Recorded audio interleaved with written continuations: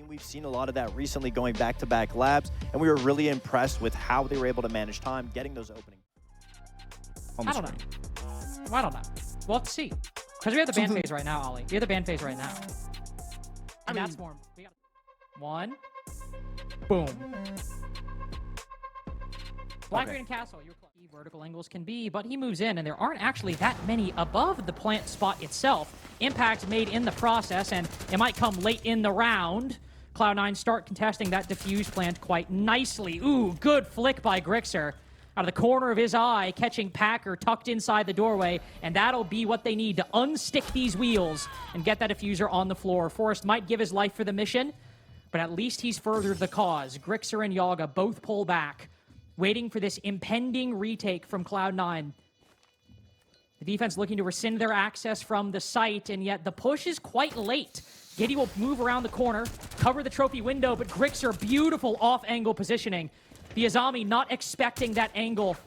That is why Grixer has the reputation he has, even coming away from Shopify. He is still a threat, to be sure. Another player spotted. The Frost goes down.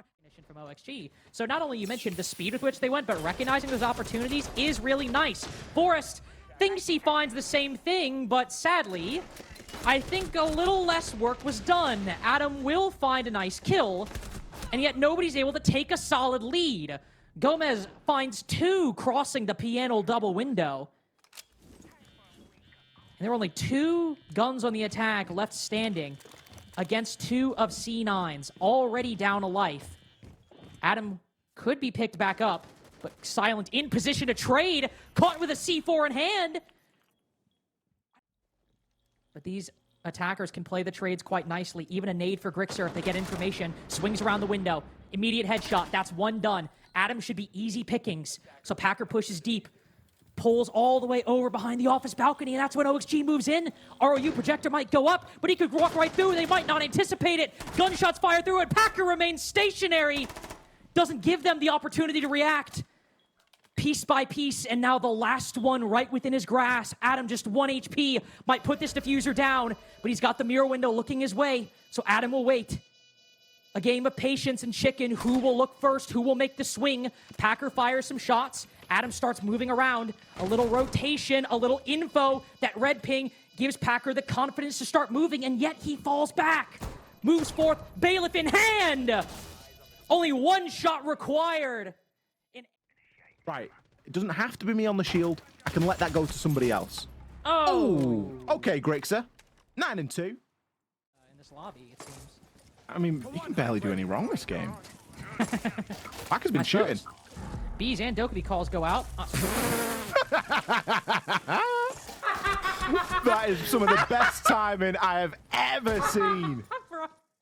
Big issue, but might not matter. C9 have found their way inside, and well, nobody seems to have an answer for this diffuser going down. In fact, they're not aware until the deed has already been done.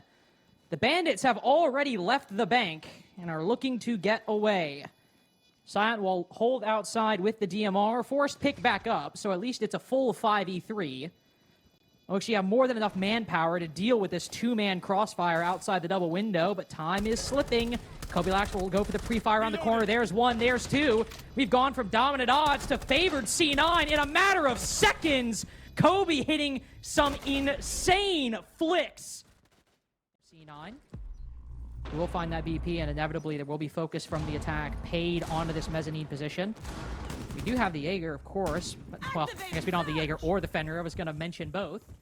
Renal Surge is probably our best guess right now as we see Gomez push through. It's the power of that flank from Giddy. It's why you need to make plays in 3v5s like that. You got to do something to bring the man count back. That's when the type of swing we saw Packer do earlier actually becomes necessary, and in this case it works quite well. Gomez and Adam both fall, yet OXG still find themselves in a nice position. Force pops in, grabs a kill, pops back out. Puts Cloud9's face in the dirt, mucks it up a little bit. So Giddy will try to hold another off position, but you can see Yaga's being careful about it. Not letting anything go unnoticed, not letting any box go unticked. Dream now spotted in stock, a default position. Even if they didn't see him, they would already know he was there. That you've got a pretty good idea of where that player is going to be. OXG winning out on the util game there inside of round number 3. They've still got remaining. Dokkaebi calls ROU projectors. You should be able to make something work. Another Dokubi call there going to get sent out. That could be the trigger. Ooh, well, it certainly is a trigger. Giddy pulls it onto Yaga, though he's downed in the process. This flank by Adam has not quite worked, but he will, with the gunfire and the nades, at least find one. Pulling the defenders away from top floor. Oh, he's so concerned about Office, but Silent has stayed. Retakes that aggressive angle and denies OXG the control they were looking for. They found themselves in this position before, right next to the site, but Grixer not nearly so lethal. Had 5 kills in the last dining attack, now he finds none. Instead, OXG themselves looking for scraps in round 4. Forrest cleans up Silent up top, but so much time has been wasted in the red. Kobilax and Packer just need to fall back, play passive. One aggressively postured, though both attackers softened up. Should be easy for this one, and indeed it will. Another Packer 1vx, this one on time. I'm gonna start rasping for breath. Dokubi call goes out. Very heavy usage of this Dokubi by OXG so far. A bit surprised in hindsight we don't see the ban come out from C9. Banned the Ying instead. Nowhere else he could be. Okay, Forrest is just going to ball it into sight. And he's dead. I mean, GG's, Forrest. Like, what did you expect? He's going from bad to worse, and there's a and it's Dokubi call. going quickly. They're still droning them too. Oh, here we go. Solar, there's one. Not punished yet, but there it is. Is it a Giddy 1vx? No, it's not. A game that now is fairly meaningless for Cloud9. Still an opportunity to get seriously because of, you know, the fate of it already being decided. Less seriously. I mean, the Sense and the Brava and... Maybe minus the Striker, but... Yeah, the striker. I mean, the striker things get lost. I mean, Oh. That was always going to happen, Gomez. You can't just look at a window with a seat. What's this Dokubi call trying to initiate? So I was about to say, I better see somebody moving up West Main, and indeed I do. Giddy and Silent moving in. Giddy now down, and Silent now down. All right, well, that didn't work. Kobe, the last vestige. Packers backstab found out. This round has gone from bad to worse, unfortunately, and Kobe has not fed a carousel of corpses like he was in round 7. Dream himself would be lucky to find one, and he finds more than he bargained for. So will Packer hit the greatest short backstab you've ever seen? Fortunately not. Then I realized this game has no bearing for Cloud9 anymore, so he may as well just send it. That looks like what he's going to do. He's made a heck of a lot of noise over this way, and he would have to hit some very nice shots in a short amount of time, and he isn't going to be given the chance.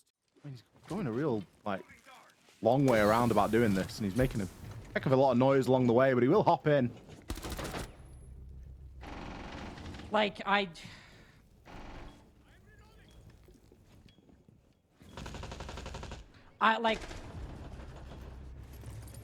okay, hold on. I'm just gonna put a pin. This C4 from a Warden likely gonna have a lot more impact than Gomez's attempt at it last round. Grixer's got the reinforcement for cover, throws it deep. The attacker's actually all pushed up, and Kobe will take down Forrest. He's getting a little over aggressive given the situation. Sight's trained on bedroom window. Grixer will at least restore his eyesight, finds 2. Advantage back in the favor of OXG as the defense, the remains of it, quite stalwart in the face of this very linear C9 attack. Silent in the 1v3, trying to channel some of that energy from Packer, will only find one. Okay, so hop in a window, walk up a hallway, try and take a position, and not only die immediately, die untraded. And not just die immediately. He's flicking. Silent on his drone. They're on their drone as well. Though. Okay. So Kobilax is down. Now, there was no drone anywhere near where Kobilax was right there.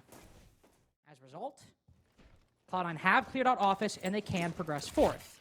You see Packer on the blitz, down in Mudroom. Ooh, but Dream hit by a nice shot from Gomez. But again, solo upstairs. So all of these remaining C9 players, it's all based on how they can move around this entrance from Mud. Silent picks up another. Very nice. Where is he getting these kills? Clash shot from behind, too. It's an extremely difficult attack to make work, but C9 do it. We gotta give him credit for that. Silent, the main force behind it, will fall to that Vector from Forest. I don't know what the play is here. Where is he going? This is an interesting one. What? What? What is Forrest doing? He's been allowed back in. Okay, surely you don't. Not really all that crazy. You're playing utility on the site, but instead we see potentially very nice read from Cloud9. Dream moves in trying to put the diffuser down, and Forrest either is not able to throw the C4, but in more likelihood is covered. The main stairs stopping him from pushing forth. Insane run out from Gomez, by the way. Very rarely do you see the library hop out work, let alone get 2 kills on the breach. Forrest glad he saved his C4 as he removes Kobilak. Great backstab from Giddy. Suddenly makes this a 2v2. Forrest does some demolition and smashes through Giddy's face. Packer with 1 HP. Excellent pre-fire to get the next kill. Now it's a 1v1. He's got time on his side. Just one more swing to deal with Gomez. Just one more second, and he finds it. A Pyrrhic victory for Gomez, as it is now match point for C9. It'd be send in the Candela with the call. And that's a hop in now for Kobilax. Trying to pinch this player inside a library. Spotted by the Deimos. Ooh. Finished off by Kobe. Nice little coordination between the two attackers right there. And Grixer just waiting. Another one looking to line himself up for the R4C. Kobe hitting a highlight reel right as he goes positive with 3 kills to shut the book on OXG on Chalet. It might not matter. They might be stuck in the bottom 4, but you got to give them credit for this. Sticking with it, giving it a good old college try, and a flawless, Pyrrhic as it is, might just be the way. Here for the group stage. You guys take the win. Obviously, you knew what was at stake. You knew what you had to do, but you're able to come out with the win. Looking back on this stage, you know, where did you feel like some improvements were made, and what more improvements maybe could have been made? I mean, the most improvement we found was before the Super Week. The last 2 weeks, we completely changed our attack style because just a lot of things just weren't working. We kept trying, it wasn't working. So we simplified things, made things more, it's just easier for everyone. And that just made us look a lot better as a team. Got our teamwork on point, because if you're just doing simple things every single time, everyone has to pitch in a little bit. So Yeah, it's a little bittersweet because if we saw this Cloud9 in week 3, you know, I'm sure you guys are going to be thinking about that. But for you specifically, Diddy, I think you're probably one of the most underrated players currently in the NAL. And so I just want to know about you for your first stage so far in the NAL. How does it feel seeing that progress, and also, you know, coming from like T2 with the memes of people saying, oh, drop Giddy, to here you are now? What do you have to say? I mean, yeah, I think it was just a little different. The BO1s definitely suck because it feels like the games just fly by. Like this entire stage feels like it just flew by, you know? So I don't got playoffs. I don't have BO3s. Got to wait 2 months till stage 2. So, you know, it sucks, but it was a good experience, you know? Good game day reps. That's all it is. Yeah, game day reps are the important thing. And again, at least you can know that you ended off of a win here. Obviously, you did touch up on you guys fixed your attacks. I'm sure going into stage 2, we're going to see, you know, a completely different look at Cloud9 and what you guys can bring. Are you guys going to be taking time off, or are you guys just kind of going straight back into scrims, getting as much prep in going into stage 2? I mean, we haven't even talked about it. We were really focused on just trying to win as many games as we can right now. And then, you know, like whatever happens, happens. Like, because we still had a chance to make playoffs today. Yeah. We weren't really focused on the score, but it's like, you know, we can try to do it still. So Absolutely. Well, I mean, even when you guys realized that you didn't have that moment anymore, you guys still continued to play your game. You still focused on the things that you were lacking, and obviously you closed it out. So, I mean, I think you guys obviously have the right strides and the right team dynamic to make it done. Again, it's just a matter of time. Yeah.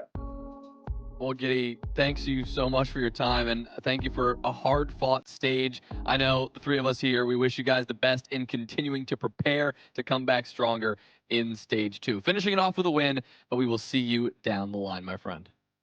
Thank you. All right, thanks, Giddy. As we said...